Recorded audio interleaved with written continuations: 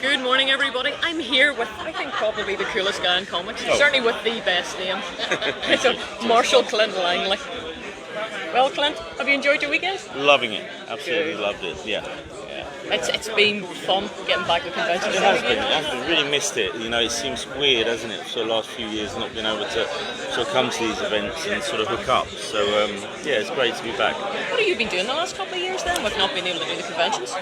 Well, I've been working, sort of working on a couple of projects at the moment for 2000 AD, doing Joe Pineapple's story with Pat Mills. Brilliant. And which is going to be my work and Simon Bisley's work.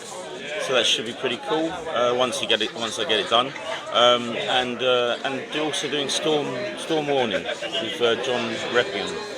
So that's a new sort of project for me. So working on this character, so I've really enjoyed that. Feel excited about it then? Yeah, it's a bit different. It's a different style, and you know, it's nice to be sort of working on the sort of Dreadverse, as it were. Yeah.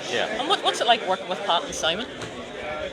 I mean, one's massive personality and massive personality. Well, it's great, you know. That's right. I mean, they know what they're doing. They know that they're icons and that kind of thing. So you always feel, you know, kind of in good hands, really, working with those guys, you know. Yeah. No. It's, and what sort of reception have you had from the fans this weekend? It's been amazing. It's been really amazing. I think everybody. There's been a lot of booze this weekend. Last night was very good. It was fun. It has been amazing, and it's just so nice to be back. You know, I actually feel that after lockdown, it kind of made me really appreciate, you know, how fun these events are. I think it's been very exciting for everybody. I think that's why folks are so tired this morning. It's not been so much the drink or anything like that. It's it's been that too, but it's been the sheer excitement of getting to something like Lawless. And I think what sets this one apart is the interaction. I mean, you guys will sit in the bar with us at night, and the Teehee and the Yoho and the all small hours between us all, and it's just everybody's the same. It's true. It's true. It's so nice that that you get to mix with everybody who comes to the show. We all sit at the bar and we all sort of end up sort of going around chatting to each other. So I think that's what's very special about these events, you know. Yeah, and so I always name that one BarCon because I think you can come here during the day and you can have good, clean fun, and then you've got BarCon at night and everybody just completely lets their hair down. Lets himself down as well. Yeah, well, that's himself down. Yeah, it does sometimes happen. There's often photographs to prove it as well. Yeah, exactly. So, what time did you make it to bed last night? I think it was about 3 o'clock, I think, last night. It could have been a little later, but I think it was 3, I think. Yeah, if you couldn't read your watch after that. After 3 o'clock, that's it, your brain just shuts down. No, it was good though. It was good fun. That's fantastic. So, you mentioned a couple of new characters that you're working on as well, and new stories. Is there anything but that, say in the ideal world, what is it that you would like to do? What I'd like to do in comics? I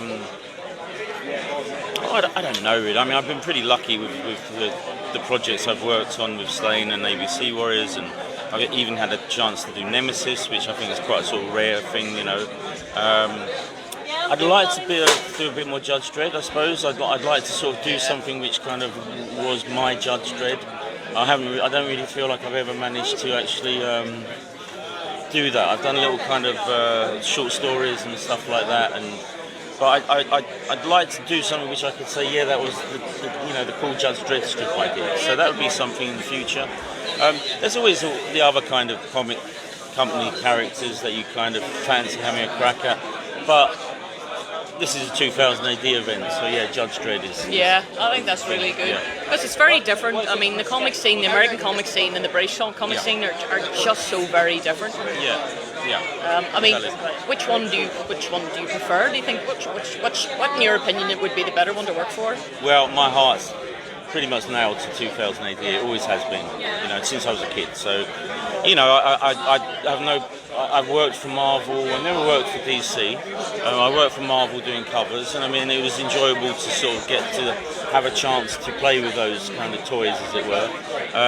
But I don't know. I mean, 2000 AD for me, I just have so much respect for everybody who works within in the industry, and anybody who is in 2000 AD and can get their stuff out there in 2000 AD, you've got to take your hat off to them.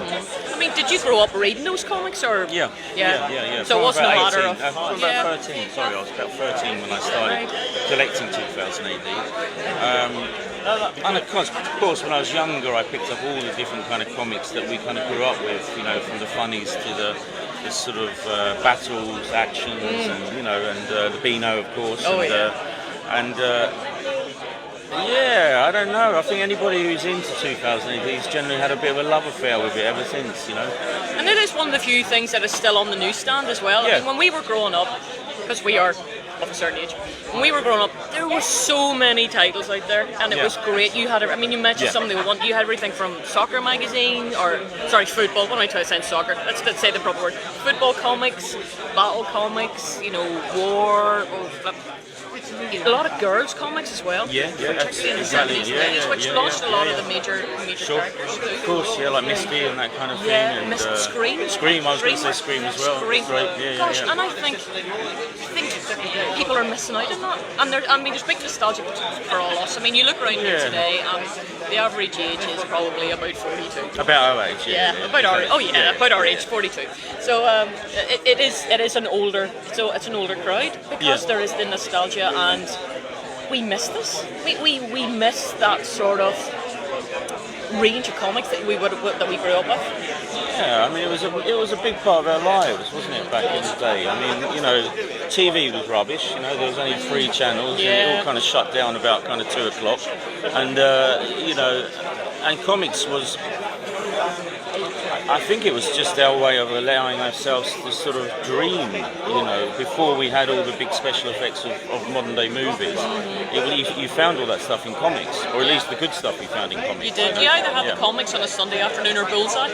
Yeah, exactly. There you go. I mean, that says it all. It was death of the soul on a Sunday if you didn't have something to read. Exactly, yeah, Bullseye. And families were involved because, I mean, Graham, who's recording at the moment, this brother, I mean, our granny would have bought us the comics. Yeah, very much so. And I remember starting off on the Eagle and then progressing on to 2000 AD. Yep. Still have an awful lot of those. Do you remember when we used to buy Scream and Misty when those come out too? I mean, that was... Oh yeah, I absolutely love Scream. Yep, absolutely love Scream. And I heard one of the artists, I forget, was yesterday talking about the Computer Warrior from the Eagle comics. I remember that. So 2000 AD and the magazine are probably, and the small press now, I mean, you have the like of the 77 who sponsored this weekend, and I think they're trying to reignite what had gone on before. Definitely, because they've Blazer as well, and speaking to the Healy's yesterday, the range of titles, and then just seeing the big names as well writing and drawing for them too. So I think definitely that the nostalgia is bringing a lot of things forward. Yeah, and I think it's good. It's not a case of sort of trying to sort of recreate the past. I think it's just giving it a nod.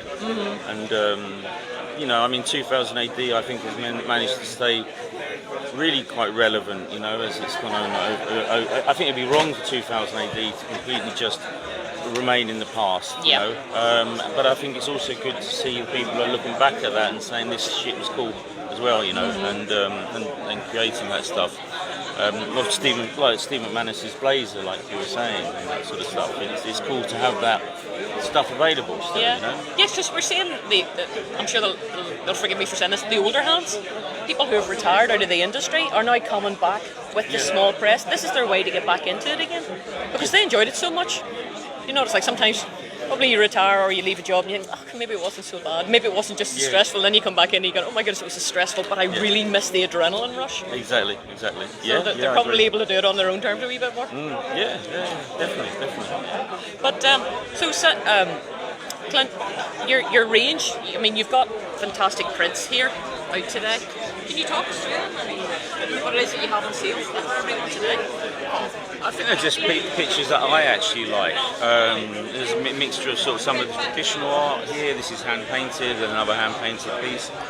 This is an ink drawing which is digitally coloured, so it kind of has that sort of side to my work. This is completely digital, based on Pat Mills' Requiem, Vampire Night. And then you have a Nemesis piece, which again is a hand-drawn piece, and those two are hand-drawn mongrel from the ABC Warriors, and a digital piece. Oh, that's a lovely one. From Slain. So they're kind of pieces I like, and you hope that if I like, you hope that if you like them, that someone else is going to like them as well. I mean, you're saying you've got the Dread print here, and you're saying you really want to do something with your Dread. You did one for Enniskillen and Comic Con about 4 years ago that I bought. It was a limited edition one. It's just, I know you can't really remember what it looks like.